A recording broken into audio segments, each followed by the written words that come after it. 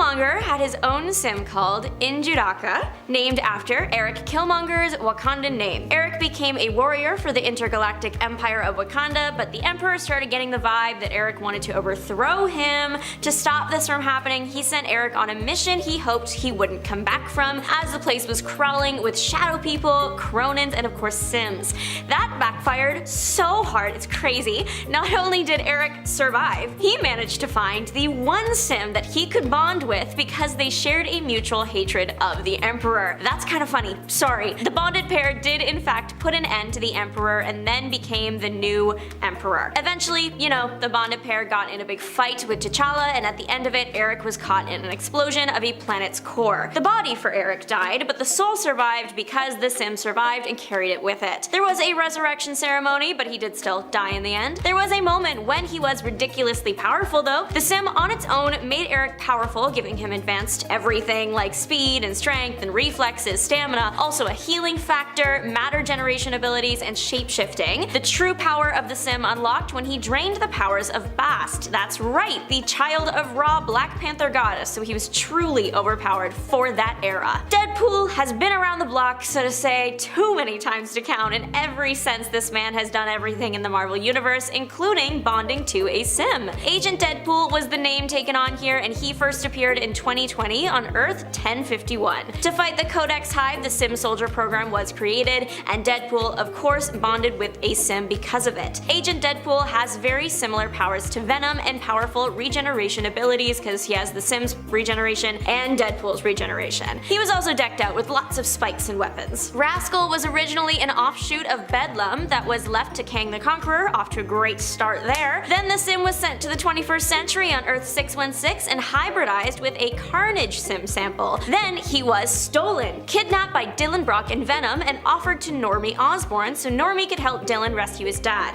So quite the origin story, huh? Normie in the past had bonded with Carnage and didn't enjoy it, so he wasn't super stoked to bond with Rascal, but did it anyway to help his friend. Rascal made Normie appear as a red, white, and black edition of the Red Goblin. Since the sim is technically really young, he is kind of like a really dangerous toddler. He is described as naive, inquisitive, and easily distracted. Me too. He also sometimes goes into something Normie calls goblin mode. It's a feral rage. He's completely feral. Turns out that the feral rage wasn't the sim's fault, it was actually the human's fault. Was this discovered in a therapy session? Of course not. It was discovered in the heat of battle. Turns out goblin mode was just a manifestation of Normie's suppressed, deepest, darkest desires. Though the sim is young, he still has all the usual powers like strength and speed and a healing factor. Plus, his powers are very similar to what Carnage has going on since he was a hybrid of Carnage, so that means Rascal is capable of a lot of what Carnage is, like telepathy, wall crawling, webbing, among other things. Rascal can shapeshift, he turns his arms into blades. Void Knight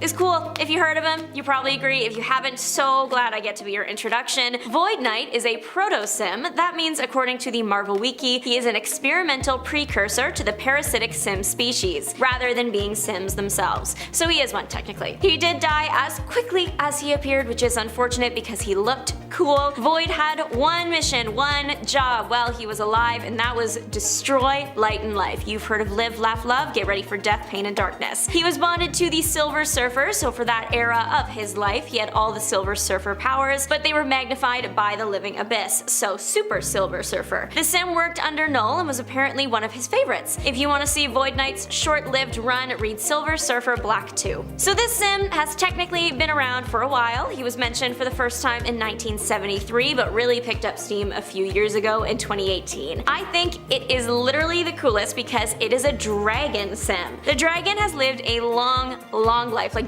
billions of years long, so don't feel too bad that it did pass away. The dragon does have a name, sorry, it's Grendel. Grendel manifested from Null's blood and actually had a sister too. The pair of them literally ransacked the universe for a long time until lucky us, they landed on Earth and picked Denmark as their home. The dragon got its Grendel title because it was mistaken as the monster Dark Elf Grendel. Honest mistake. His powers apparently come directly from Null, so that makes it extremely powerful because it ransacked the universe. It has the power of interstellar flight, all the usual stuff like strength and speed and stamina, and a healing factor that works really fast, and of course matter manipulation of its body to create tendrils and other related things. This particular sim has the unsettling ability to reanimate and bond with corpses. Hate that. The dragon can be affected by large quantities of electricity, so fighting Thor was tough. And also, like other sims, heat was not great for the dragon either. Not like career ending, just uncomfortable. Grendel could be killed, but up until that point it was immortal. Extreme Biote was a sim to my guy, Iron Man. He was also originally one of the dragons, so that means dragon sim powers, like being powerful enough to kill a god and everything else said in the previous point. This particular sim got some new fun abilities when it merged with an Iron Man suit and infused with the Extremis virus. The combination of the two things gave the sim the ability to project a cleansing beam. The cleansing beam was a repulsor blast that was able to cleanse the corruption from a null victim. That's useful! Extreme can also possess things. Iron Man used Extreme to override the possession Null had over a Celestial. The Celestial didn't get much of a break though, because then Extreme possessed him. The main form the sim took on was a black and yellow Iron Man looking armor, but he could shapeshift back to his true dragon form whenever he wanted to. All the way from Earth 6311 comes Warstar, one of many Type 2 battle sims that were created by Kang the Conqueror and Tyro.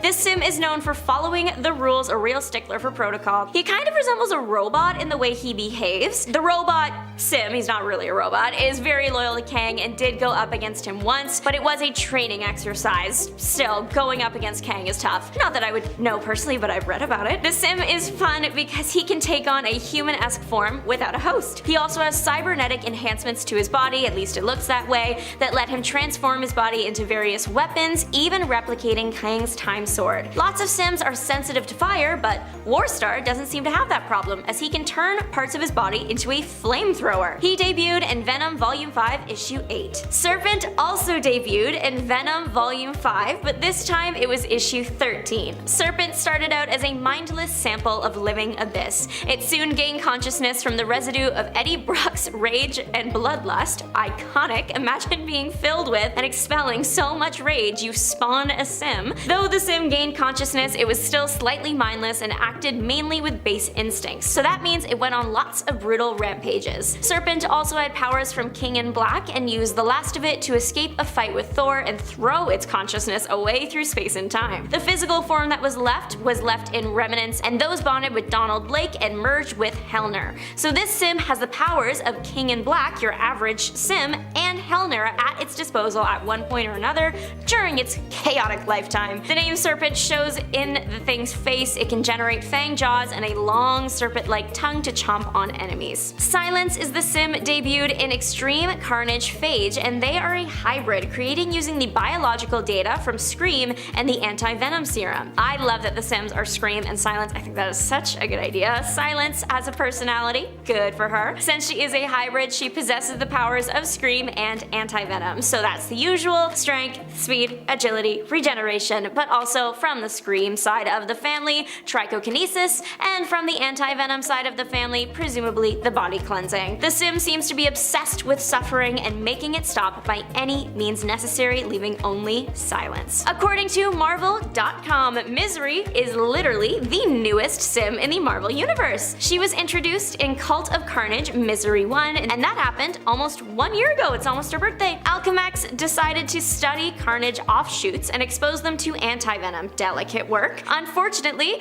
Alchemax got attacked, and CEO Liz Allen was exposed to Misery. Misery is a unique sim as she is a hybrid of Carnage and Anti-Venom. The Carnage and Anti-Venom sims hate each other and are always hoping to destroy the other, so that means Liz was gifted with a more powerful than usual healing factor. Her body is extremely malleable. She can be ripped in half and it means nothing. She can melt into a puddle and it means nothing, and her limbs can also transform into weapons. This is a little bonus because I'm not sure if it really works, and there's not a lot of info on the character right now, but in the Cult of Carnage Misery comics, we get introduced to Madness. Madness is made up of a bunch of sims stolen from Alchemax. Riot, Phage, Agony, Lasher, Scream, and Toxin. Does that also not make him a new sim? If so, I think he would be the most powerful. It looks like from the comics that he has all the powers of all 6 sims combined, and the human host himself is a little deranged, so that's like a recipe for disaster, for madness. The character was literally described by Marvel like this: there is nowhere Liz Allen can go that Madness cannot follow, no one she can ask for help that Madness cannot destroy, and nothing she can do to stop the brutality of its onslaught. Sounds like a nightmare to me. Coming in at number 10 today is Carnage. I saw a lot of people didn't like how we said Null would fear any of the symbiotes, and obviously not. It's just a list of strong symbiotes that could actually potentially cause a problem for Null in the right circumstances. For example, Null wouldn't fear Eddie Brock or Carnage, but they both took him out when they applied themselves and gained power boosts. Being a red symbiote, Carnage is quite a bit more volatile than others of his already violent race. He is unpredictable and possibly even stronger than Venom in terms of raw power, but he becomes even crazier after bonding with serial Cletus Cassidy. As Cletus was already a serial killer before becoming Carnage, the extra aggression caused by the bonding with a symbiote only made him more cruel and dangerous. Carnage was such a threat to Venom that the Lethal Protector decided to form a truce with his enemy, Spider-Man, in order to defeat him. Now, Carnage was able to create weapons as well as crazier powers like traversing data and phone lines to attack people on the other side, but Cassidy's Carnage is actually pretty weak if you compare him to some of the other symbiote's hosts, like Norman Osborne, who bonded with the symbiote and then used his Goblin Serum to become the utterly terrifying Red Goblin, or when it bonded with a fraction of the power of a symbiote dragon. But more recently, Carnage has been traveling the multiverse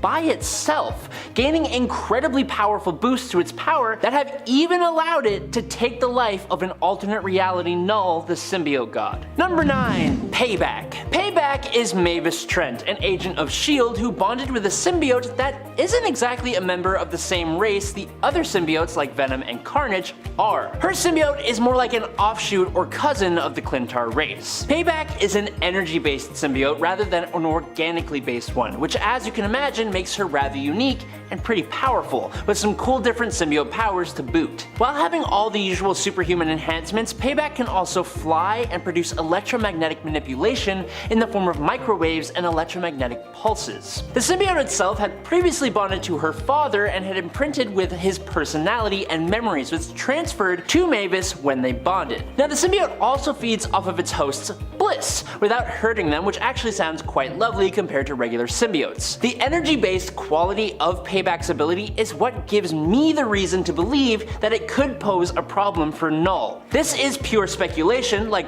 literally the rest of this list and the previous part, but given the sheer power of other light and energy-based heroes and how Null is a god powered by darkness, I have to assume that Payback might actually be able to do some damage in the right circumstances, but we'll never know. Number 8. Mr. E. The symbiote god and creator Null was able to manipulate the living beasts he commanded in a number of different ways, ultimately resulting in his army of symbiotes. But what kind of flew right over my head was that Null went through a few experiments before getting the symbiotes just the way he wanted them. Mr. E is the alias of a primordial proto-symbiote created by Null as one of those early experiments, of which there are indeed a few. The proto-symbiote developed his own plans of galactic conquest, traveling to Earth, taking a host in the form of Louise Tuttle, and then infecting a number of scientists at Cape Canaveral with offshoots of himself, turning them into shadow servants. This gave him a shot at using these scientists to modify a space shuttle to emit negatron particles intending to transform the sun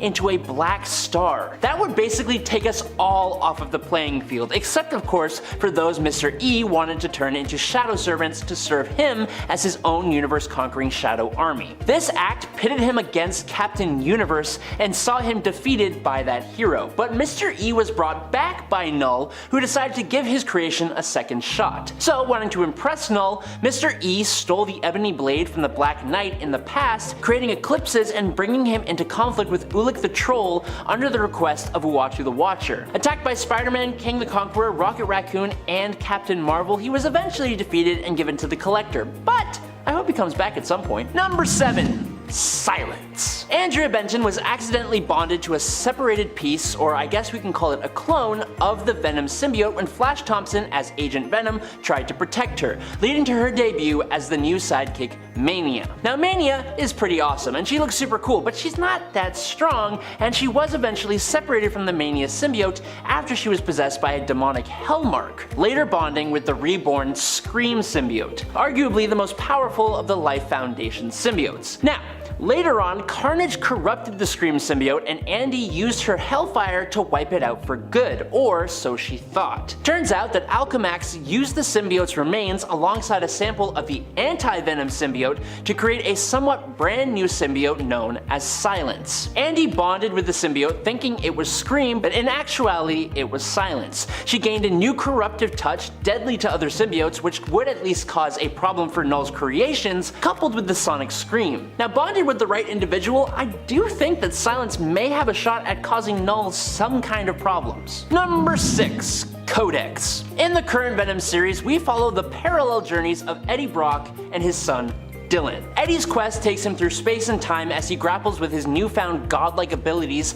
as the new King in Black. Meanwhile, Dylan remains on Earth bonded with the Venom symbiote under the impression that his father has passed away. Unbeknownst to them, Eddie falls prey to a future version of himself, Meridius, the most formidable King in Black, whose enigmatic intentions unfold over the centuries. Now the key to saving Eddie from this lies in Dylan himself, who has discovered a hidden power within the Venom symbiote and within himself. In Venom number 15, Dylan unveils his newfound abilities as Codex, known as the quote Chainbreaker. He wields all black the Necrosword that Eddie obtained after defeating Null. Dylan possesses the unique capability to sever a symbiote from the hive each time he bonds with it. With all black the Necrosword, he can extend this power to other symbiotes. An example of this is when he severs Bedlam's hand, which no longer regenerates because it's now disconnected from the Clintar hive mind. Dylan's extraordinary powers allow him to quote reap a symbiote from the hive. This signifies that he's the sole individual capable of standing against a King in Black,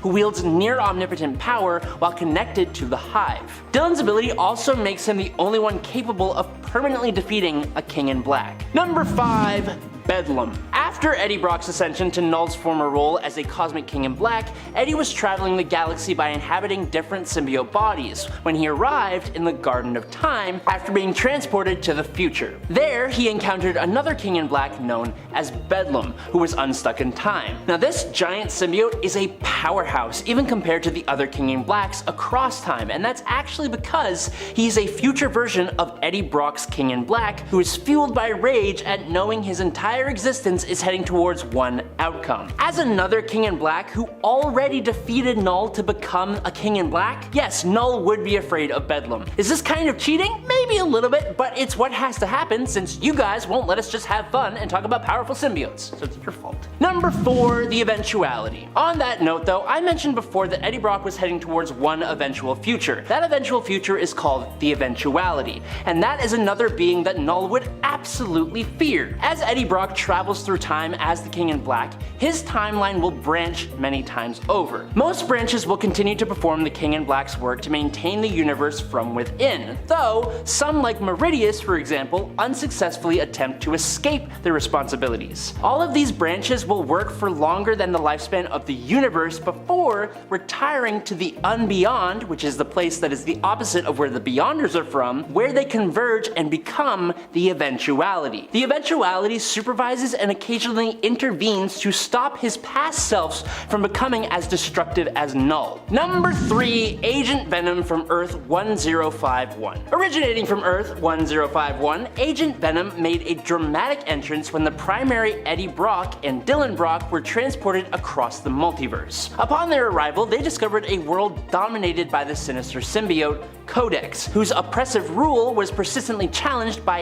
Anne Weighing, who is this Agent Serpent, Venom, and her fellow symbiote heroes. In addition to contending with the overwhelming threat within their own world, Anne played a pivotal role in assembling a team of Venoms from various different universes. This alliance now stands as the last line of defense against the ambitions of the Carnage symbiote, which is seeking to gain godlike power. Anne's incarnation of the Venom symbiote may not be inherently more powerful than its counterparts, but the resilience and tenacity displayed by both her and the symbiote throughout their trials pretty much serves as a testament to their enduring strength. Not to mention, she and her squad are one of the only things standing against a Carnage that has already taken the life of an alternate Null, the symbiote god. She may not be able to do much alone, but she's one heck of a big kahuna, so yeah. Number 2, the Darkhold symbiote. First appearing in Carnage Volume 2 Number 6, an offshoot of the Darkhold augmented Carnage symbiote bonded with a South African teenager, Jubilee Van Scotter. This symbiote established a psychic link between her and Cletus Cassidy that enabled her to help the Anti-Symbiote Task Force track him down. Now, Jubilee was initially unable to manifest the symbiote beyond it imbuing her with superhuman abilities, but when Carnage summoned the Eldritch god Chthon, she assimilated the Toxin and Ray symbiotes into her own symbiote. Now, due to Jubilee lacking any hatred or malice in her heart, once manifested, the symbiote, unlike its progenitor and siblings, lacked the fangs and claws customary to other symbiotes. Further empowered by the psychic energies of the world through the Darkhold's eldritch magic, Jubilee's symbiote transformed into basically an angelic knight and became powerful enough to banish Chthon back into Calais, but the symbiote and its absorbed siblings seemingly perished immediately afterwards. Its interaction with Chthon and being able to send it back makes me think it could probably do something to Null too, but we'll never know. And finally, in at number 1, it's the Serpent. Coming out of left field here, Donald Blake is the human form Odin created to house Thor when he banished his son to Earth to teach him humility. Now sadly, Donald Blake broke bad in 2020, hating how he was sent to a mystical world every time Thor took his godly form. There, he ended up taking the life of the Midgard Serpent, absorbed its power, and mixed it with the Odin Force to try and take out all the Asgardians. Now thankfully he was stopped and Loki imprisoned him, but unfortunately a symbiote child created from the King in Black Bedlam, who we talked about before, bonded and took control of the denizen of Limbo known as Darkoth, and infused with magic and wielding a Prometheum symbiote hammer that it created called Helnir, it attacked Asgard, being opposed by Thor, Loki, and Meridius disguised as Eddie Brock. After defeating Bedlam's child, Meridius reveals himself taking the hammer, and Thor destroys Meridius in an awesome display of power that also melts the symbiote Prometheum hammer. As Meridius escapes into the time stream, the amalgamated symbiote metal hammer leaks through Asgard's ground and it finds its way to the place that Donald Blake is being held, dripping down right onto his face and mutating him into a hybrid of himself, the powerful symbiote hammer, and creating the Serpent. Now, given the amount of power put into everything I just talked about, I have no doubt that this new Serpent could oppose Null if it ever had the chance, which it probably won't. Number 10, Toxin. The son of Carnage, Toxin was believed to be the most powerful symbiote, being the 1000th symbiote in the lineage of Venom, with Venom being the 998th and Carnage being the 999th. The raw power of Toxin was so great that he was feared even by the King in Black, Null, creator and leader of the symbiotes. Carnage became aware that he was pregnant with a new symbiote. However, even before the birth, he felt only disgust for his future newborn for fear that it would become more powerful than he is, but also because he was grossed out that normally being a male, he could even be, quote, pregnant with a symbiote in the first place, and that's really weird to me, but that's what happened. He therefore resolved to eliminate his offspring. Luckily though for Toxin, Venom, who quickly learned the news, decided to protect the new symbiote and take him under his wing. So, trained by Venom and bonded with a New York City cop named Patrick Mulligan, Toxin's powers remained restrained and focused on doing good. His childlike personality prevented him from unleashing his full power, which is great because he has quite the power. Toxin resists heat and sound better than other symbiotes can. He can track anyone and has all the combined strength of both Venom and Carnage. Now, more recently, Toxin also developed a venomous bite, assuming you would survive the massive bite in the first place. Mulligan was eventually taken out and his symbiote forcibly bonded to Eddie Brock before it found a new host named Bren Waters during the King in Black event. land. At number 9 is Grendel. Billions of years back, Null set loose a lineup of dominating symbiotes designed to obliterate everything in their path.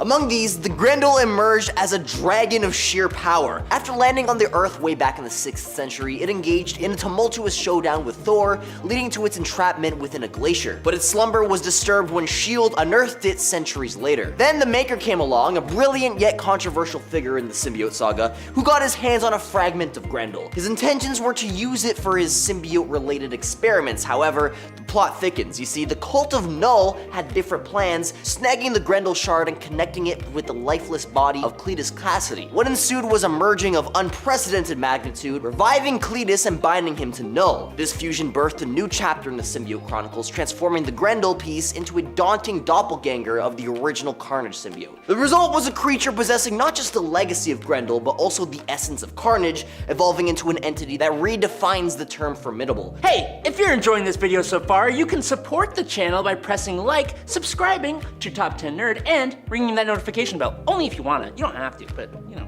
it'd be nice. It's free! Thanks! Number 8, Anti-Venom. The Anti-Venom symbiote was created when Venom bonded with Eddie Brock after the man was cured of cancer by Mr. Negative. Now, thanks to Mr. Negative's healing powers, Eddie's antibodies gave birth to a new kind of symbiote when Venom tried to rebond, inverting the black and the white of the original Venom symbiote costume. Oh, right, and this is now a symbiote with no consciousness of its own, effectively making it a benign biological white Venom costume controlled by Eddie Brock. Now, it possessed the same strengths as its Venom predecessor, but importantly, has different anti-symbiote powers. His touch is basically caustic to symbiotes and can destroy them with long enough exposure. Anti-Venom can cure people affected by things like radioactivity, parasites, diseases, and certain substances. And he still has all the enhancements afforded by a symbiote. To make this symbiote even more impressive though, Anti-Venom is resistant to heat and sound, the symbiote's most significant weaknesses. The Anti-Venom symbiote was recently used to throw a wrench in Carnage's plan to become an extremely powerful version of himself, although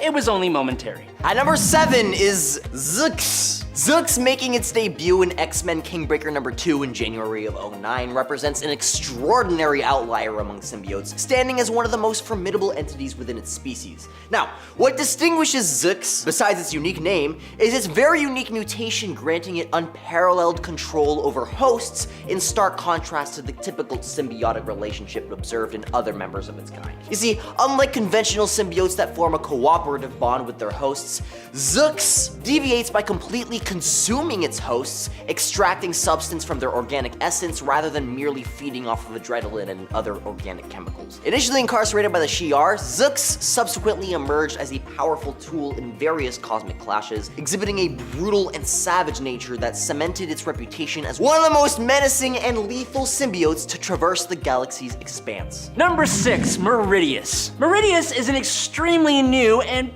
pretty unique villain, being the one pulling the strings behind the events of the current Venom run. Now, when Eddie Brock defeated Null and became the new King in Black, he began to play with the ability to switch from symbiote to symbiote within the symbiote hive mind with just the thought. And then he pushed it even further. Trying to see if he could move not only through space but through time, this eventually led Eddie into contact with other Kings in Black throughout time and to Meridius. Now, it turns out that Meridius is actually a temporal offshoot of Eddie Brock, who had become unmoored in time following the loss of his physical body and was embroiled in a time loop started by himself to ensure his own existence and to try and stop himself from becoming the Eventuality, which is a kind of antithesis to the Beyonders, which Eddie Brock will always eventually become. Rejecting his true purpose, Meridius created the Garden of Time, where he manipulates not only his past selves, aka Eddie, Finnegan, Bedlam, Wild, and Tyro, but also Dylan, Brock, and the Venom symbiote, trying to use them to change his own future.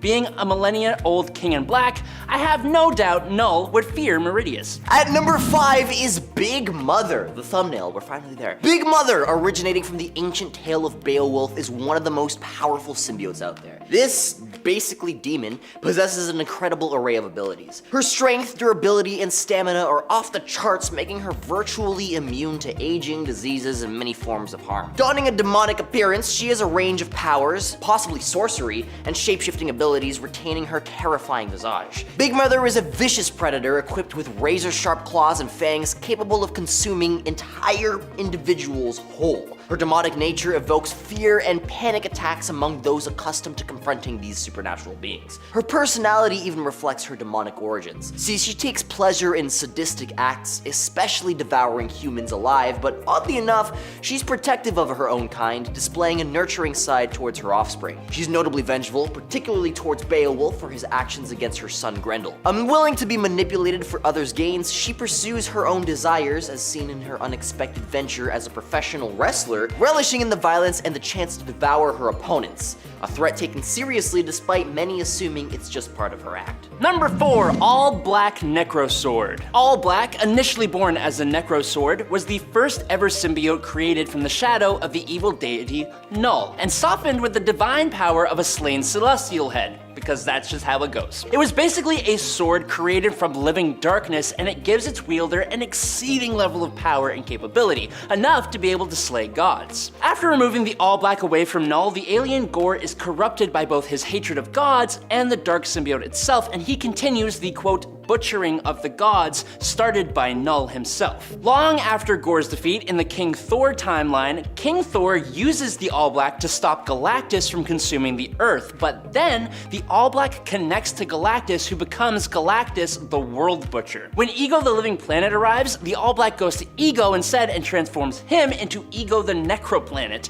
who then eats Galactus, and then Ego is destroyed by this timeline's Loki, who takes the All Black Necrosword and becomes Loki the All Butcher, and this sword needs to just chill the heck out because it's too much. At number 3 is Scorn. Originally birthed from the aftermath of Carnage's shenanigans, Tanis Nieves, or Knives, I don't know, bonding with the offspring of the Carnage symbiote. Scorn then dived headfirst into a whole chaotic tangle. See, this new entity brought real firepower against Carnage, teaming up with the Mercury team to hold off a hostile takeover in Dovertown. But things took a darker turn as Scorn got entangled in the web spun by Null, the ancient symbiote god. In a shocking showdown, a twisted chain of events unfolded. A whole cult vibe emerged, worshipping Null, seeing Cletus Cassidy as Null's mouthpiece. Scorn made a daring move trying to fuse the Grendel symbiote into Cletus to bring Null back. Yet, in a brutish twist, Cletus went full rogue, taking out Tanis and leaving Scorn's destiny hanging in the balance. The symbiote roller coaster just took a wicked turn, and we're left hanging, wondering what's next in this wild, unpredictable symbiote saga. Number 2, Venom. Chronologically, in Marvel Comics, other symbiotes had come before, but Venom was the first to appear, and the one that set the symbiotic ball rolling. After being rejected by Spider-Man, the alien Venom bonded to Eddie Brock, a disgraced reporter who also hated the Spid. The two became a lethal protector anti-hero eventually. Now, Venom is not the strongest of all symbiotes by any means, but he's certainly one of the most persevering. Venom has been tested against more dangerous symbiotes and always comes out on top because he's willing to sacrifice everything to keep the world a safer place, and also because he's the main character. He's proved that he can conquer the urges of his race and become a force for good. Because of his unbreakable spirit, Venom was powered up by the god of light itself, granting him the power to defeat Null once and for all, allowing Eddie Brock to become the new King in Black. As for the symbiote, Venom has recently bonded with Eddie's son, Dylan Brock, and they are both acting as a hero on Earth, but the Venom symbiote has had a bunch of different hosts. The first, chronologically, was a Kree by the name of Tel-Kar, but it's also bonded to Anne Wang and Patricia Robertson to become She-Venom 2 times, the wimpy Angelo Fortano, Mac Gargan the Scorpion, Flash Thompson to become Agent Venom, who's really cool, Lee Price, Malekith the Accursed, and a bunch of other characters because Venom is just cool. At number 1 is Sleeper. Meet Sleeper, the 7th spawn of the infamous Venom symbiote. Sleeper's origin story is a tad bit different from the brain-hungry Clintar you might be familiar with. You see, this unique symbiote was born under very unusual circumstances, thanks to Dr. Steven at Alchemex's astrobiology lab. Concerned that early bonding might turn it into a monster like the rest of the Clintar, the Venom symbiote and Eddie Brock decided to let Alchemex study it non-invasively. Now, despite its youth, Sleeper's got quite the personality. a bit smug to be honest. It boasts about its superiority thanks to its nurturing upbringing and has a soft spot for Dr. Stevens' music taste. But don't get on its bad side because it's quick to anger and fiercely protective of its parent. Sleeper isn't just a pretty face though. It wields chemokinesis, the power to manipulate chemicals, induce emotions, and even cloak itself from other symbiotes. He's a hero in his own right, looking out for Eddie's son Dylan and going to great lengths to protect him. At number 10 is Toxin. Toxin is a symbiote born from the Carnage line and was the 1000th symbiote in Venom's lineage, which stands as one of the strongest Clintar in the Marvel universe. His raw power, derived from both Venom and Carnage, are outmatched even Null, the King in Black, who genuinely feared his strength. Now, what sets the Toxin symbiote apart is his childlike demeanor, keeping his incredible powers restrained and focused on actually doing good, which is super pleasant considering he's one of the strongest and his mom is literally Carnage. Resistant to both heat and sound, which would be the biggest weakness for all the rest of the Clintar who came before him, he also possesses enhanced tracking abilities and a venomous bite that's not for the faint of hearted. Originally bonded to a police officer, Patrick Mulligan, with the two attempting to be heroes until Patrick's eventual demise, Toxin has bonded to several different hosts over time,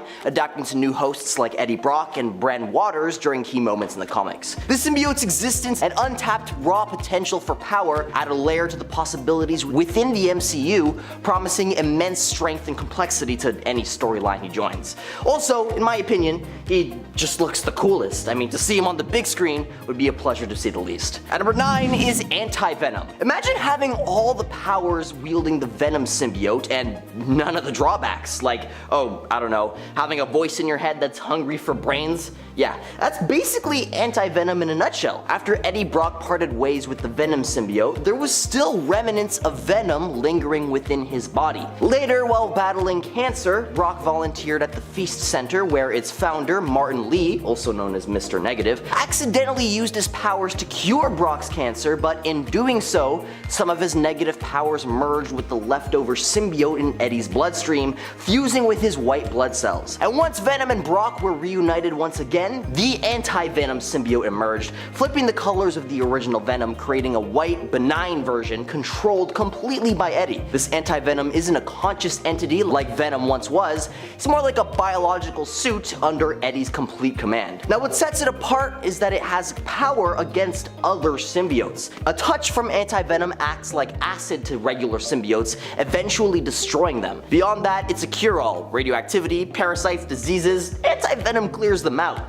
Plus, it keeps the classic symbiote enhancements. It resists what normally weakens symbiotes like heat and sound. Recently, it threw Carnage plans into disarray, but only briefly. If you're enjoying the video so far, you could support the channel by pressing like, subscribing to Top 10 Nerd, and ringing that notification bell. And number 8 is Payback. This is probably the most unique symbiote on this list. Marvis Trent, the covert leader of the True Believers and a SHIELD analyst, wields a symbiote distinct from its brethren. You see, unlike typical symbiotes that thrive on adrenaline and aggression, Trent's symbiote feeds on pure bliss off of its host. Its strength peaks when she feels joy, offering her those emotions in return. Visually, it's a stark departure from the standard symbiote appearance, with an iridescent shimmer instead of the usual terrifying features. Now, what sets Trent apart isn't just her symbiote's feeding preferences or appearance, she also possesses the typical abilities granted by symbiotic bonds. Her unique connection with the symbiote hints at unexplored potentials within the Clintar, suggesting that these extraterrestrial entities might harbor more surprises, granting their hosts power beyond the norm. Payback symbiote hints at an entirely different aspect of the symbiote spectrum, adding layers of depth and possibilities for the interactions within the MCU. And number 7 is Scorn. What makes Scorn stand out is its original bonding with machinery. You see, it doesn't really differentiate between itself and technology, forming a unique connection with machines. This ability allows Tanis, the host, to communicate with and influence various forms of technology, kind of like a symbiote version of the TX model from Terminator 3.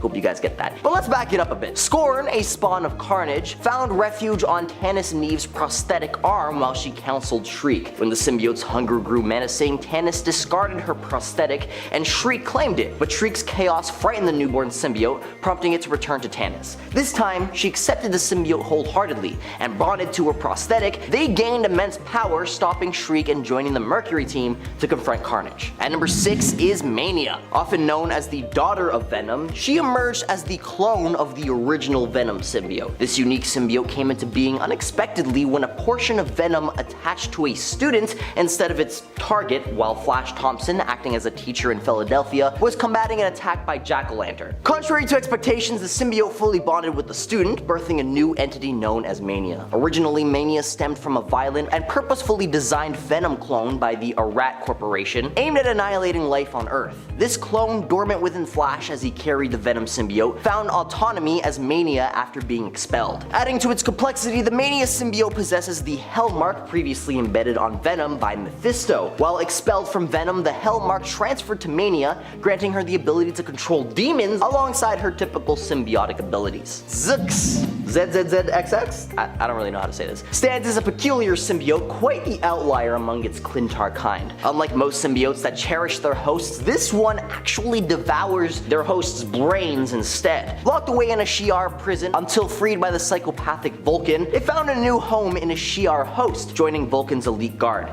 Sent to eliminate Havoc and the Starjammers, Zzxz failed in its mission, attempting to bond with Raza Longknife during the battle but facing rejection. In the skirmish's aftermath, Zzxz was flung into the Fault, a grotesque universe hosting an antithesis of Professor X. Now, what unfolds in this space, whether a confrontation or alliance, remains shrouded in mystery, but if they survive, an unprecedented, terrifying force could emerge, harboring vengeful plans. At number 4 is Dreadface. Dreadface is a symbiote of the aggressive variety, which thrives on instigating homicidal tendencies in those it encounters. Its first interactions with the Fantastic Four occurred in the pages of Fantastic Four number 360 titled At the Mercy of Dreadface. Initially confined on the ship of Devos the Devastator, likely apprehended on his quest to eradicate warring life forms across the universe. Now, upon the ship's crash during a clash between the Fantastic Four and Devos, Dreadface fled and inhabited the first being it found, a gorilla. The possessed gorilla attacked Ben Grimm, transferring the symbiote upon touch. The Human Torch intervened, but the symbiote latched onto him instead.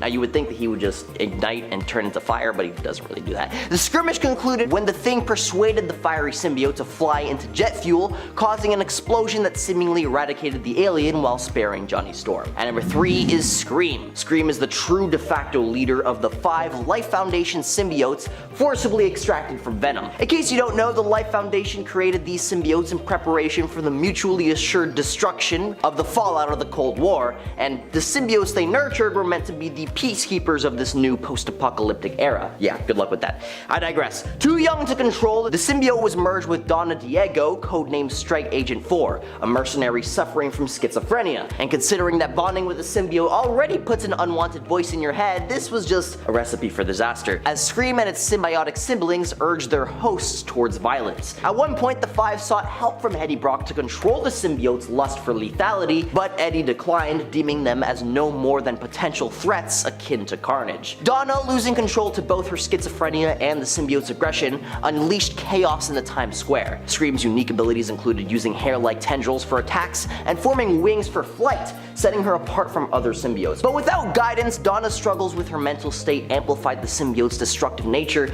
leading to catastrophic consequences. At number 2 is Scorpion's Venom. Mac Gargan, originally the Scorpion, merged with the Venom symbiote after being recruited by Norman Osborn. You see, the symbiote was offered to Gargan during a mission to kidnap Peter Parker's Aunt May. Tempted by its immense power, he defied Osborn, choosing symbiosis over his original mission, seeing as the Venom symbiote would serve as a more powerful suit than any newly designed Scorpion suit ever could be, and thus, Mac Gargan became the even more menacing Venom. This new form of Venom eventually joined the Thunderbolts and later Norman Osborn's Dark Avengers. Initially in control, Gargan began to struggle against the symbiote's influence, succumbing to its need for lethality and exhibiting a more savage and brutal nature. Despite moments of resistance, Gargan eventually embraced the symbiote's darkness, adopting a man-eating and sadistic persona. However, due to a substance used to control the symbiote, he experienced occasional episodes of unexpected timidity, hindering his combat effectiveness. And at number 1 is Warstar. Warstar is a Type 2 battle symbiote which emerged in a recent comic event, who was crafted by Kang the Conqueror in the 602nd century. Initially under strict programming to serve Kang, it shifted control to Eddie Brock, who was able to control the hostless symbiote remotely via his new King in Black powers. During their efforts, it helped Eddie overcome a more potent battle symbiote symbiote and confront Kang, but was eventually defeated. Later serving as Eddie's host during training with Kang, Warstar was later seized by the Meridius after Eddie traveled through time, falling into a trap set by Kang and Meridius. Warstar, unlike other battle symbiotes, displayed cybernetic enhancements allowing it to shapeshift, manifest weapons, and replicate technological devices, demonstrating a form of technopathy. This included the ability to mimic Kang's time sword. Despite its loyalty to Kang, Warstar supported Eddie's actions and engaged in combat against Kang when prompted under the guise of a training exercise, showing a willingness to act beyond its programming. Coming in at number 10, it's Zzxz, or however you say it. A mutant of the Clintar or symbiote race, Zzxz was classified as one of the 5 most dangerous criminals the Shi'ar Empire had ever captured. Instead of making a symbiotic bond with its host, this symbiote would instead take complete control over whoever its host was, and instead of feeding off of adrenaline and chemicals produced in the body like other symbiotes might, Zzxz would instead just feed off the host itself, consuming their brains and their life essence until there was nothing left. Very pleasant. Other than that unique facet of its being though, it possessed all the same abilities of other members of its race. Like I said before, Zzxz was captured by the Shi'ar Empire for how gruesome it was, but after some time, it was used by the Shi'ar as a weapon instead, and that's where it truly showed that it was one of the most fearsome and terrifying symbiotes that ever stalked the Starways. Number 9, Hybrid. Hybrid isn't really one symbiote. Hybrid is the fusion of 4 of the 5 Life Foundation symbiotes into a single symbiote. Riot, Lasher, Phage, and Agony all melded together and bonded to Scott Washington, a guard at the Vault, the supervillain prison. Now allowing them to go free, Scott was fired and went through a pretty rough time, losing both of his legs as well as his brother. The 4 symbiotes, after reuniting with Scott, bonded with him, giving him back the ability to walk. The symbiotes, funnily enough, actually tried to curb the anger inside of Scott, which is not normally what they do. But then again, since his symbiote was originally 4 different entities, Scott also had to deal with 4 different voices in his head all the time, and that's kind of a downside in my opinion. Unfortunately, after Scott got his revenge on the ex-Easy gang that had crippled him, Eddie Brock Venom tracked down and took out Washington in order to eliminate all the evil symbiotes, which he didn't even do because the 4 symbiotes that made up Hybrid survived, were separated, and turned over to the United States government as a special symbiote team. Number 8, Sleeper. The Sleeper symbiote was very different in comparison to others birthed of the Venom alien. The youngest son of Venom, Sleeper was allowed to develop and incubate in a safe environment before attaching himself to a host, which gave it some notable differences and advantages. For starters, Sleeper had an altered appearance and didn't take on some of the characteristics of the Venom symbiote, like the big Spider-Man-like white eyes. He also didn't become a killing machine like most other symbiotes do. It was mature and cool, while kind of maybe a little bit smug. He has increased cognitive functionality, allowing Sleeper to take a much more measured approach to combat rather than just diving in headfirst like all the other symbiotes do. Sleeper is actually so intelligent that it lobotomized its host, Tel-Kar, and used him as a puppet in order to avoid being influenced by the Kree warrior. Other than its unique look and intelligence though, Sleeper also developed unique abilities like being able to bend light to camouflage itself and release neurotoxins that can put his enemies to sleep, and a whole bunch of other things. He's a pretty neat symbiote if I do say so myself. Number 7, Anti-Venom. The Anti-Venom was more like a symbiote suit that didn't have its own consciousness and could be completely controlled by its host, which is great. Eddie Brock gained the ability to use/control this symbiote after he had separated from the Venom symbiote, which left traces of itself in his body. Martin Lee, otherwise known as Mr. Negative, then used his powers to cure the cancer that Eddie had at the time, with the side effect of fusing the remnants of Venom with the negative powers and Eddie's own white blood cells. In the comics, this led to the new Anti-Venom symbiote emerging that had a lot of the same symbiote powers that Eddie had with Venom, plus unique healing powers like producing antibodies that can cure any known disease and removing any other impurities within a human body, which apparently includes other symbiotes because it allowed Eddie Brock to completely reject Venom when he tried to rebond. Number 6, Payback.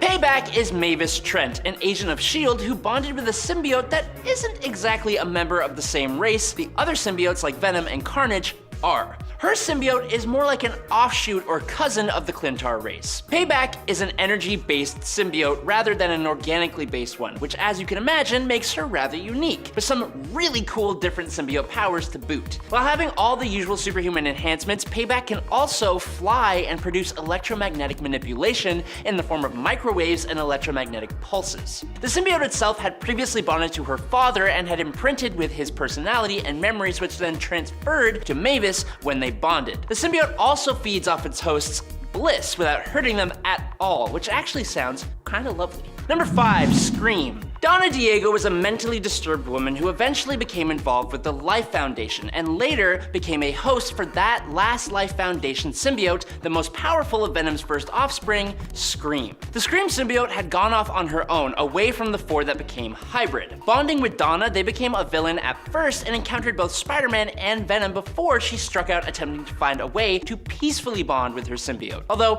Donna was led into a trap and defeated by Venom anyways. Her powers were very similar to other Venom symbiotes, except with a few notable exceptions, such as her ability to extend her hair into tendrils, gotta love that prehensile hair, and she was also strong enough to defeat all 4 of her brothers, and Scream also controlled Donna's body after the woman had actually passed away, which is crazy because symbiotes are parasites and need a living host in order to survive.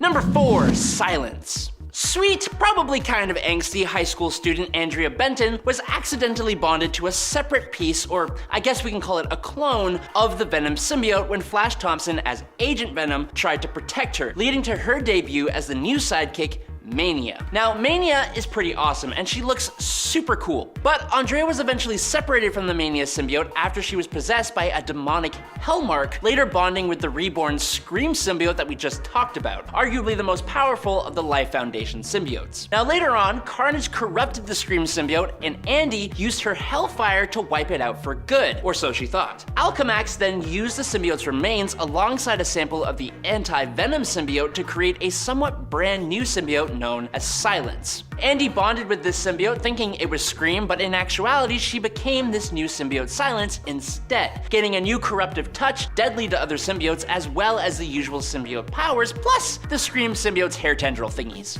which are really cool. Number 3, Grendel. Grendel himself is a symbiote dragon, created billions of years ago by the Clintar or symbiote god, Null, manifesting itself from his blood. And if that doesn't sound cool, I don't know what to tell you, because it is really cool. This symbiotic dragon, alongside others like him, rampaged across the cosmos for billions of years with the purpose of attacking and slaying pantheons of gods in Null's name. It was actually more like Null was remote controlling the dragons to do his bidding, but hey, tomato tomato. Grendel is considered far more powerful than a standard symbiote and is capable of annihilating godlike beings. Standard symbiote weaknesses to fire and sonic weaponry are not as threatening, and these dragons could actually breathe fire themselves and shoot energy blasts. They are extremely fast, traveling through space at speeds similar to the Silver Surfer, and they're tough as nails. The Grendel itself could merge with other dragons and symbiotes to create a super large entity, making it even more dangerous. Now, for a time, Carnage was in possession of a fragment of the Grendel symbiote and was able to create his own army, gain the powers of a spirit of vengeance, resurrect Scream and make her part of his army, and was powerful enough to warrant an entire team of A-list Avengers to try and defeat it. Grendel is just off the chain. He's terrifying. Number 2, Mr. E. The symbiote god and creator, Null, was able to manipulate the living abyss he commanded in a number of ways, ultimately resulting in his army of symbiotes. But what kind of flew over my head was that Null actually went through a few experiments before getting the symbiotes just the way he liked them. Mr. E is the alias of a primordial proto-symbiote created by Null as one of those early experiments, of which there are indeed a couple. The proto-symbiote developed his own plans of galactic conquest, traveling to Earth, taking a host in the form of Louise Tuttle, and then infecting a number of scientists at Cape Canaveral, with offshoots of himself, turning them into shadow servants. This gave him a shot at using these scientists to modify a space shuttle to emit negatron particles, and he did that intending to transform the sun into a black star. That would basically take us all off the chessboard, except of course for those Mr. E wanted to turn into shadow servants to serve him as his own universe-conquering shadow army. This act pitted him against Captain Universe and saw him defeated, but Mr. E was brought back by Null, who decided to give his creation a second shot. So, wanting to impress Null, Mr. E stole the ebony blade from the Black Knight in the past, creating eclipses and bringing him into conflict with Ulik the Troll under the request of Uatu the Watcher, which is a big deal in comics. He was attacked by Spider-Man, Kang the Conqueror, Rocket Raccoon, and Captain Marvel, as well as the Troll guy, and he was eventually defeated and given to the Collector. And finally, in at number 1 today, it's Raze. Over time, Carnage, the symbiotic serial killer, has given rise to various new symbiotes, even though he initially initially disdained the way his alien species reproduced asexually. Now, while a number of these symbiotes came about naturally, some had a bit more of a sinister origin. A cult of elder god worshippers manipulated Carnage to fulfill their dark plans, aiming to resurrect the elder god Chthon. You may be surprised to hear that, but that would be pretty bad. They bestowed his symbiote with mystical abilities, granting Carnage the power to create and control new symbiotes. Now, faced with a relentless anti-symbiote task force, Carnage unleashed the creation of a symbiote called Raze, which looked a lot like Chthon, forcibly bonding it with FBI agent Claire Dixon. However, the Toxin symbiote stepped in and absorbed the Raze symbiote to thwart Carnage and Chthon's wicked schemes, seemingly putting an end to Raze's existence in the process forever, which is sad, but bad guys. Number 10, Gwen Stacy. When most people think of Venom, they don't even think of Gwen Stacy. After all, in the comics, Gwen has been dead for years at this point, if we're talking main continuity. But I'm not talking about main reality Gwen, I'm talking about the Gwen Stacy who is alive and well, and who many of us know as the hero Spider-Gwen or Ghost Spider. For a time, Gwen was without her powers, and it was then that she became bonded to Venom in an attempt to recover said powers temporarily. Gwen was hesitant to bond with the Earth-65 version of Venom, which actually gets its origin from venomous spider aliens in this universe, if you can believe that. This is because the solution to get her powers back through Venom was actually offered to her initially by her enemy, Matt Murdock. Yeah, in this reality, Matt's not the hero Daredevil, but instead is the villain known as Kingpin. Dun dun dun. And friends, before we move on to our next spot on this list, if you love what we do here at Top 10 Nerd, and if you love it when we talk about symbiotes, be sure to let us know by giving this video a like. Number 9, Lee Price. I wish I could forget about Lee Price, probably the worst symbiote host around, but I'm sorry, I gotta remind you of the fact that this happened. By the way, if you, as I guess, may have forgotten about this host, well, I'm sorry. Lee Price was an evil dude who was probably one of the meanest and cruelest symbiote hosts Venom ever had. Lee Price used the symbiote for evil and also tormented it, making it question its own alignment, and afterward making Venom believe that it perhaps was just inherently evil due to Lee Price's actions while bonded with the symbiote. Price also emotionally mistreated the symbiote, so it was in pain during its time with Price, constantly living in fear of its own host, and afterward, when its time bonded with Price had ended and he had left his mark on Venom's consciousness. I know Venom hasn't always been the nicest being around, but not even Venom honestly deserved Lee Price. Number 8, Miss Marvel. This is a wild one that I even forgot about until I dug deep back into my comic book memory while putting together this list for you all. For this point, we're focusing on not Kamala Khan's Miss Marvel or the more obscure Sharon Ventura's Miss Marvel if you prefer. We are focusing on when Carol Danvers was known by the name of Miss Marvel. During Siege, she ended up forcibly bonded to the Venom symbiote. Now, this happened as a result of Carol attempting to separate Venom from its current host at the time, Mac Gargan, because this was also during Dark Reign. She pulled Mac out of the suit, only to find herself then, well, bonded to it. Venom seemed thrilled by this development, enjoying the immense power of their newfound host. However, Venom's good time as She-Venom Carol was cut short by Spider-Man, who intervened and saved Carol from Venom's influence. Thank goodness. Although that hair, I do love that hair that Venom got when he was bonded with Miss Marvel. Number 7, The Thing. The Thing ended up being bonded to Carnage when Carnage overtook the town of Doverton, Colorado. Ben Grimm was one of the new Avengers who was called in to help deal with the situation, and as soon as issue number 1 of this series, which centered around the story of Carnage's invasion of the town known as Carnage USA, Grimm was overtaken by Carnage and forcefully bonded to the symbiote. He would end up getting free before the series ended, of course, and would help in the fight against Carnage as the heroes tried to regain control of the town, but it was still a pretty surprising turn of events, and it's often something we forget about because it happened only in that one series and only pretty briefly.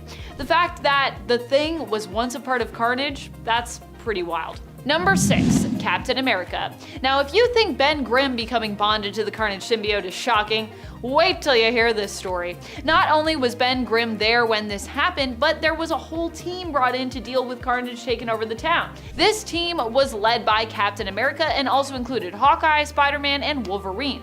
And almost the whole superhero response team here ended up infected by the Carnage symbiote, except for Spider-Man. Yep, that includes Steve Rogers' Captain America. At one point though, Cap Cap is able to break free from Carnage's control when Carnage attempts to use his influence to will Captain America to harm innocents. However, even then, it's shown to be extremely difficult for Cap to break free of Carnage's will, even for a few moments. Number 5, Tanis Knives. Tanis Knives was a symbiote host who I actually really enjoyed, and yet, alas, we'll likely never get to see her again as a host since, well, she's dead and she's gone. Really unfortunate too, because I actually thought she was among the most interesting of symbiote-related characters. Tanis was Shriek's psychiatrist, and a brief host of Carnage who basically used her as a ride to get to Cletus, but that's not what we're focusing on here. Because Carnage left Tanis with a little gift after leaving her, its child who lived in her prosthetic arm. As a result, when she ended up as the reluctant hero Scorn, Tanis had a connection to technology, which made her unique among other symbiotes and their hosts. She could communicate with and bond with tech. Number 4, Alejandra Jones. Alejandra Jones, or Ghost Rider, is honestly someone I love in the comics. I especially love her as Ghost Rider. I feel like she's so underrated. Though tragically, I also feel like we never really saw enough done with her as Ghost Rider, or just in general. She was hunted down during absolute carnage for being a symbiote host, or for having been one anyway, and this came as a shock to her and to us, because while Carnage may have been right, we never really even got to enjoy her in the role of a symbiote host. People were like, wait, what? In fact, she was only targeted because she'd been considered a host sort of second hand through the Spirit of Vengeance. At one point, the Venom symbiote had basically been bonded to the Spirit of Vengeance, and as a result, through the Spirit, it had passed on traces of the Venom symbiote to Alejandra, which are known as a Codex. If you know Absolute Carnage, you know where I'm going with this. As a result of her somewhat distant connection to Venom, Alejandra was hunted down as a former host by Carnage, who sought her Codex, which of course was located in her spine. So I think you know how that went for her. It didn't go so well, and now she's gone. Number 3, Cassandra Nova. This one was a fun surprise for me to read about. I mean, I read it when it happened, so I knew, and I never really forgot, but I have to imagine that the second volume of Marauders was somewhat of a mixed bag for most people out there and wasn't that popular. It was very different from the first volume, with a totally different creative team behind it and a whole new roster for the superhero team itself. Although to be honest, I enjoyed it, but it was very different. Especially surprising was the inclusion of the villain Cassandra Nova on said team. But even weirder was when they all went to space on a mission to track down and rescue the first ever mutants, and during said mission came across a symbiote, one that Cassandra ended up bonding with. Eventually, I believe they went their separate ways, but that whole subplot was honestly a pretty wild ride. It also makes Cassandra Nova, who's already terrifying, even more terrifying. Number 2, Mary Jane. Mary Jane is an even more unlikely symbiote host than Gwen when it comes to, those that you would think or wouldn't think of when it comes to symbiotes. That's because Mary Jane has literally been terrorized by the Venom symbiote before. In fact, of all Spider-Man villains in the main continuity, MJ seems to be the most frightened by Venom. She even begged Peter not to wear his black suit because it reminded her too much of the villain. So why in the world would she ever bond with a symbiote? Well, once again, this is an alternate reality MJ. This MJ is also from Earth 65, and in this reality, for a little while, she was bonded to the Carnage symbiote, if you can believe that. So different. I don't think we'd ever see MJ do that on Earth 616, but you never know, actually. Maybe it would happen. It'd be crazy if it happened. Number 1, Dinosaur. Initially, the venomized T-Rex that we saw in Old Man Logan was kind of just a background character, really given no explanation whatsoever for how and why it existed. We can assume that the Savage Land is involved, but that's about it. Fortunately, later on, when we return to the alternate future of Old Man Logan in the Old Man Hawkeye series, which is actually, I think, set a little bit before Old Man Logan, we finally got a bit more context for how exactly this venomized T-Rex came to be, and then later shows up in Old Man Logan. It turns out that Clint accidentally brought the symbiote and Tyrannosaurus Rex together in order to save people that Kate Bishop was protecting in the Wastelands. He drives off a Venom invasion by getting them to chase him out into the desert. His hope is to find dinosaurs which were moved to the desert from the Savage Lands, hoping they will deal with, Venom. And while this seems to be what happens in Hawkeye's comic, we know because of the events of Old Man Logan that the T-Rex Hawkeye manages to summon here doesn't actually defeat Venom, but likely instead just bonds with it. Or at least it's the catalyst for Venom becoming bonded to, maybe some other T-Rex in the future by the time we see it again. At number 10 is Kid Venom. Kid Venom is the newest addition to the symbiote roster, making their debut in Marvel's unaliving of the Venomverse limited series, and with his upcoming origin story set to release early 2024.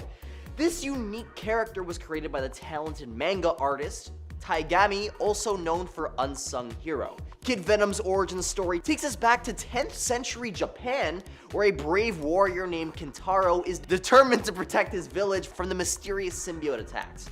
But here's where it gets a twist. To defend his people, he bonds with the symbiote himself, known as Clinter, becoming the sensational Kid Venom. Sorry, I'm at the very top. Now with incredible powers and wild abilities, Kid Venom faces off against the ferocious Carnage. The clash between these two symbiote powerhouses promises to be an action-packed showdown in the page unaliving of the Venomverse. At number 9 is Hybrid. Now, not the usual hybrid we're used to, but this one is the hybrid symbiote in conjunction with the Maker. So if you're unaware, in the world of Marvel Comics, the symbiotes have always been a source of intrigue and danger, but the Maker hybrid takes things to a whole new level. Imagine combining the twisted genius of Reed Richards from the Ultimate Marvel Universe, where he's evil, with the powers of not one, but 4 Life Foundation symbiotes. We got Riot, Phage, Lasher, and Agony. And that's what we get with the Maker hybrid. See, the Maker is known for his sinister intellect, and he's already a formidable villain on his own. But when you add the symbiotes into the mix, you get a nightmarish creature with the elasticity and brain power of Mr. Fantastic and the ferocity of the Carnage. It's not your friendly neighborhood Spider-Man villain. He's a menacing force that poses a threat even greater than the Carnage himself. This all came to be when Cletus Cassidy's chaotic plan threatened those who've bonded with the symbiotes. And so Peter Park and Eddie Brock sought an unlikely ally, the sinister Reed Richards from the Ultimate Marvel Universe, also known as the Maker, in a bid to create a machine capable of safely extracting the symbiote Codex from previous hosts. However, evil Reed wanted to test the thing out on Dylan against his will, and the dude wasn't having it, releasing the Life Foundation symbiotes, leading to the birth of the monstrous new hybrid. If you're enjoying the video so far, you can support the channel by pressing like, subscribing to Top 10 Nerd, and ringing that notification bell. At number 8 is Madness. The Madness symbiote is a fusion of the hybrid symbiote we just talked about, plus Scream and Toxin, minus the Maker. Madness is made up of the Life Foundation symbiotes in a new mix and match form unlike any other. So the story goes that when a group of billionaires attempted to create a new society, they acquired the 5 symbiotes to guard it: Agony, Phage, Riot, Lasher, and Scream. Additionally, a strain of the Toxin symbiote was also held by Alchemex, along with a bunch of other symbiotes, but they're not important for the story. Thus begins Madness's origin story, as all 6 of these symbiotes were stolen, merged together, and bonded to Corwin Jones to form Madness. From the acid-fleeing Agony to Lasher's ability to possess multiple beings at once with its organic lashes, the art shows of how the multicolored symbiote retains the differing personalities of its constituent parts. But when Madness was ultimately defeated by Misery, aka Liz Allen, who, if you haven't heard of, definitely stick around, the Madness symbiote was recovered and bonded to a brain-dead human cyborg by the Life Foundation to create an obedient super soldier, giving us the Symbiotex Madness offshoot. This host was later unalived by Spider-Man, leaving the symbiote strain to be secured once again by Alchemex. At number 7 is Sleeper.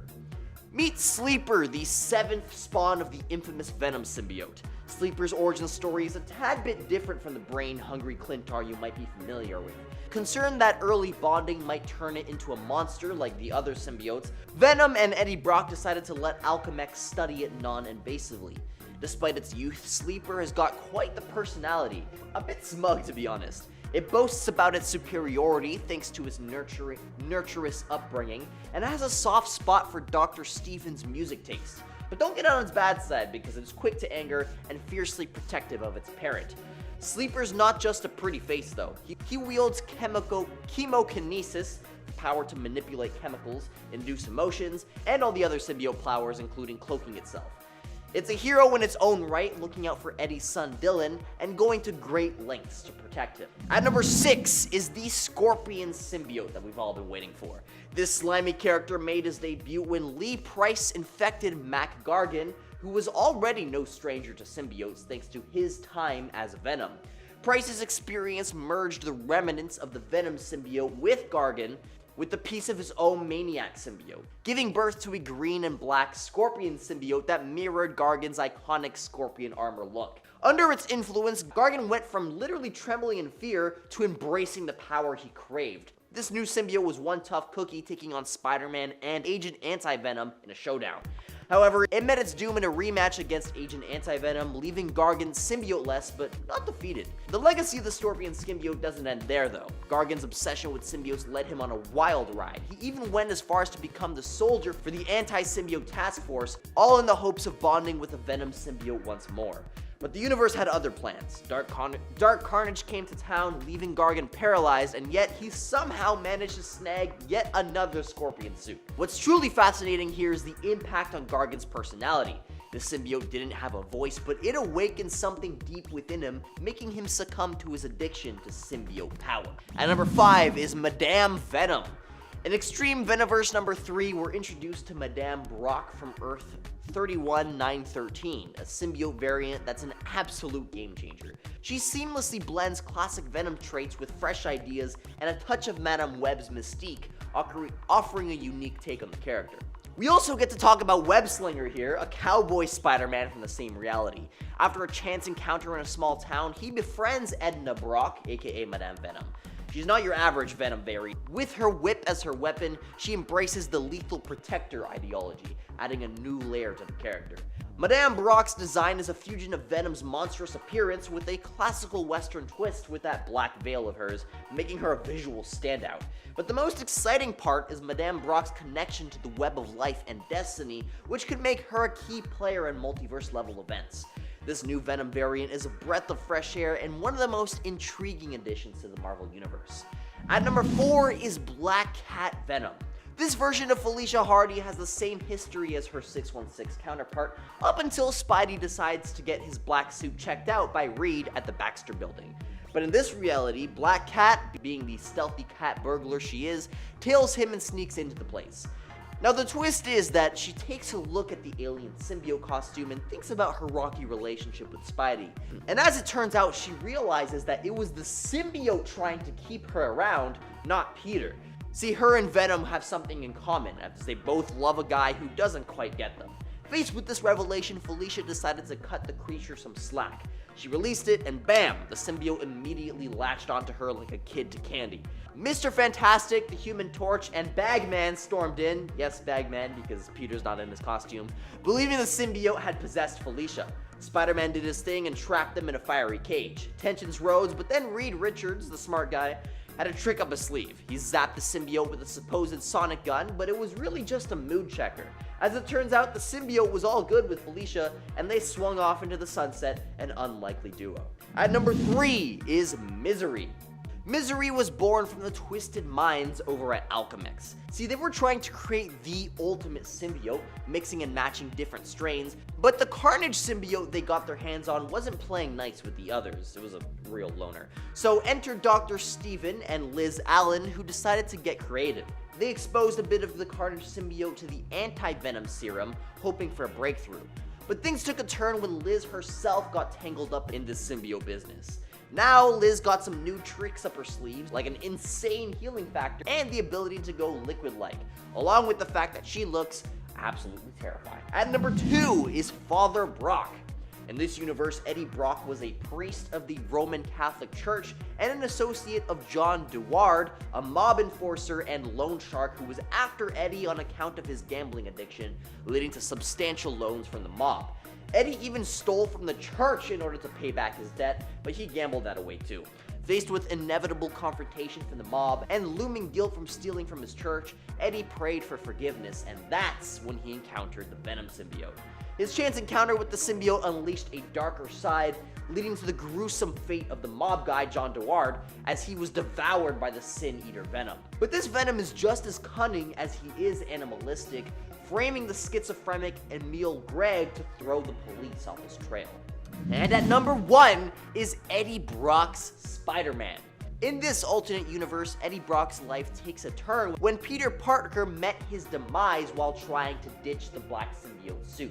Feeling guilty for indirectly causing Peter's demise, the symbiote seeks a new host in Eddie. But it's not a seamless transition. The symbiote pretty much hijacks Eddie's body, only allowing him to speak and move while keeping a tight leash on his thoughts. Things get interesting when Dr. Octavius rolls into town. During the brawl against this new Spider-Man, Ock discovers the symbiote's weakness, which is loud noises. This temporarily separates Eddie and the alien suit. Ock, thinking that he's got the upper hand, decides to off Eddie, but that's when our man Eddie decides for himself that he wants to continue being a hero, even if it's under the symbiote's influence. As he tosses a brick at Ock and reunites with the symbiote, they find a new harmony, working seamlessly to defeat Ock as the new Spider-Man. But just when they thought it was all settled, a new female Agent Venom shows up, begging them into a mysterious portal. Just gonna have to read the comics to find out more. At number 10 is the Eddie Bedlam Hybrid. This brand new red 4-armed version of Venom looks so sleek, and I'm loving it. This character's so new, in fact, that he doesn't even have a name as of scripting this video. Nor does he have his own wiki article. So if you want to make one, please do. If you've been out of the loop on the Venom comics in the past couple of years, then what I'm about to say is gonna sound completely bonkers. But to make a long story short, this dude is the amalgamation of two different time-displaced versions of Eddie Brock. One version who went to limbo and transformed into a rage-fueled behemoth known as Bedlam, and the other Eddie was a version who could manipulate his own body like a symbiote. Now, obviously, I'm glossing over a whole lot here, but just bear with me for a sec. So, anyway, these two versions of Eddie Brock, both of whom have symbiote powers without technically being symbiotes themselves, although that's probably up for debate, face off against each other. Brock then uses his symbiote powers to continue the fight inside Bedlam's mind, where he's ultimately successful in defeating Bedlam, and the two merge to form this beauty right over here. And to put things into perspective, this new Venom had a massive showdown against Dr. Doom, and even gives him a run for his money. I mean, that is until the two of them have to team up against a T-Rex Venom, and if you feel like you have no idea what I'm talking about, good. Means I'm doing my job right. We have a lot to cover today, buddy, so strap in. At number 9 is Widow. It's about time that Natasha Romanoff, aka the Black Widow, got a spider-themed upgrade. In the aftermath of a warehouse blaze, she stumbled upon a symbiote spawned from the DNA of either Toxin or Venom. It's unclear which one, and I'm not about to call Mari to find out. Now, this symbiote had a unique quirk: memory absorption. You see, if she chowed down on the brains of her victims, she could absorb their memories and personalities. So essentially, it's the ability to instantly know what makes someone tick, what drives them, and then perfectly mimic them, because, I mean, you just chewed on their brains, so they're not coming back. This symbiote here is a game changer, allowing Natasha to blend seamlessly into any situation, making her a formidable addition to the symbiote roster. So while Venom and Carnage might hog the spotlight, don't forget to give a nod to these lesser-known symbiotes, like this memory-absorbing marvel. If you're enjoying the video so far, please support the channel by pressing like, subscribing to Top 10 Nerd, and ringing that notification bell. It helps more people see our videos, and I would really appreciate that. At number 8 is Warstar. Warstar is a Type 2 battle symbiote from the future, a fascinating addition to the world of symbiotes. You see, unlike the usual rebellious symbiotes we're used to, Warstar is a stickler for following protocols and is fiercely loyal to his creator, Kang the Conqueror. But things take a wild turn when Eddie Brock, our favorite Venom host, gets mixed up with this futuristic symbiote. Even though it's programmed to be loyal to Kang, Warstar quickly relinquishes control to Eddie and helps him take down 3 squads of Kang's guards. It even helps Eddie dump a Type 4 battle symbiote into space. Now, that's teamwork. But their adventure doesn't end there. They eventually confront Kang himself, and Warstar, though reluctant, engages in combat against his former master, now framed as a training exercise by Eddie. Warstar's powers are quite unique. Not only can he shapeshift into various forms, including creating mechanized devices, but he also seems to possess some cybernetic enhancements. You see, this symbiote can morph its hands into weapons, create flamethrowers out of him, and even replicate Kang's time sword. Now, Now, it remains unclear if it shares the typical symbiote weaknesses, as it's shown immunity to flames, as it can literally create flame forts, spewing 2,000 degree Kelvin flames of its own. At number 7 is the Red Goblin. The Red Goblin, you guys, a mind-bending combination of the Carnage symbiote and the classic Green Goblin. You thought Carnage was insane? Well, this hybrid takes it to a whole new level. The Red Goblin first made its appearance in the comics, bringing a terrifying twist to the Marvel Universe. With super strength, speed, and the ability to generate weapons from his symbiote suit, he's a force that'll give Spider-Man a run for his money. This Crimson Menace redefines what it means to be a symbiote, combining the best, or should we say worst, of both worlds. At number 6 is Liz Allen, aka Misery. This sinister symbiote made its debut in Cult of Carnage Misery earlier this year. It's an absolute game changer. Alchemex, the shadowy company, has been conducting some questionable experiments involving the Carnage symbiote and its nemesis, Anti-Venom. And during a chaotic attack on Alchemex, the company's CEO, Liz Allen, yes, the very same Liz that's Spider-Man's girlfriend in the MCU movies, got exposed to this unholy hybrid, fusing the power of Carnage and Anti-Venom into one nasty package, transforming her into the new Misery. At number 5, have you ever heard about Serpent? No, we're not talking about the garden. We're talking about a brand new symbiote introduced in Venom number 13 in 2021. Serpent's origins are tied to the aftermath of Dark Web in 2022. You see, after a showdown between Eddie Brock and the King of Limbo, Serpent emerged onto the scene. But what sets the Serpent apart from the more well-known symbiotes? Well, he's not your typical gooey alien life form. Since his debut, Serpent has bonded with some intriguing characters. We're talking about Donald Blake, the human form of Thor, and even Desmond Pitt, also known as Darkoff. Serpent is a mysterious addition to the symbiote family, and it's fascinating to see how it interacts with these other characters in the Marvel Universe. At number 4 is Rascal. You might think you know all about these symbiotes, but hold on to your web slingers, because here's one that's been flying under the radar. Rascal. This cheeky symbiote made his way in the free comic book day of 2022, Spider-Man Venom number 1. But what sets Rascal apart is its rather tender age and immature nature. EC is currently teaming up with Normie Osborne, the grandson of the notorious Norman Osborne, the Green Goblin himself. Dylan Brock, in an act of benevolence, handed over Rascal to Normie as part of a mission to assist Eddie Brock. With Rascal on board, Normie's taken up the Red Goblin mantle once more, a nod to the previous tangle with the Carnage symbiote. So here's a symbiote that's fresh to the scene and ready to stir up some trouble in the Spider-Verse. At number 3 is the Extremobite. The Extremobite is a symbiote like no other, emerging during Null's rampage in the Marvel Universe. But what sets it apart is, well, Tony Stark, otherwise known as Iron Man, who whipped up a little something called the Extremis virus and unleashed it on a symbiote dragon. The result?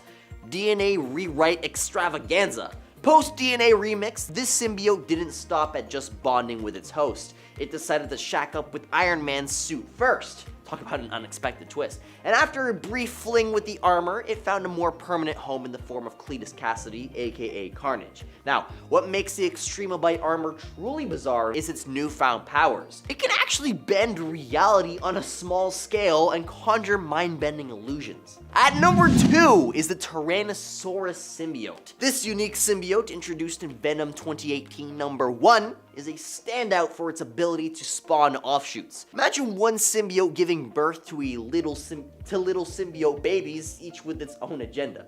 But this wasn't your typical birth, as it all started with a chilling twist. You see, after a confrontation with Thor, the Tyrannosaurus symbiote got itself deep frozen in ice. S.H.I.E.L.D., always up to something, recovered this frosty friend and decided to use it for the Sim Soldier program. They aimed to recreate the Super Soldier Serum, and in the process, they birthed several offshoot symbiotes. One of these, aptly nicknamed Tyrannosaurus, latched onto a soldier named Rex Strickland during the Vietnam War. The Tyrannosaurus symbiote, everybody, a whole different level of symbiotic history. And at number 1 is Bedlam, but this time before he was turned into that super cool version of himself. Bedlam, born from a time-twisting mess, is a version of Eddie Brock with a serious thirst for revenge against Spider-Man. I mean, more so than he already had. And like I previously mentioned, after a showdown with the original Eddie, he begrudgingly teams up. Now, Bedlam's standout feature is his powers. As a King in Black descendant, he's got all sorts of potent abilities. He can jump into other symbiotes and control them. He can also time travel and shapeshift. Oh, and he's a fan of combat and terrible puns. So Bedlam is one symbiote you might not have seen on your radar, but he's a real game changer in the symbiote world.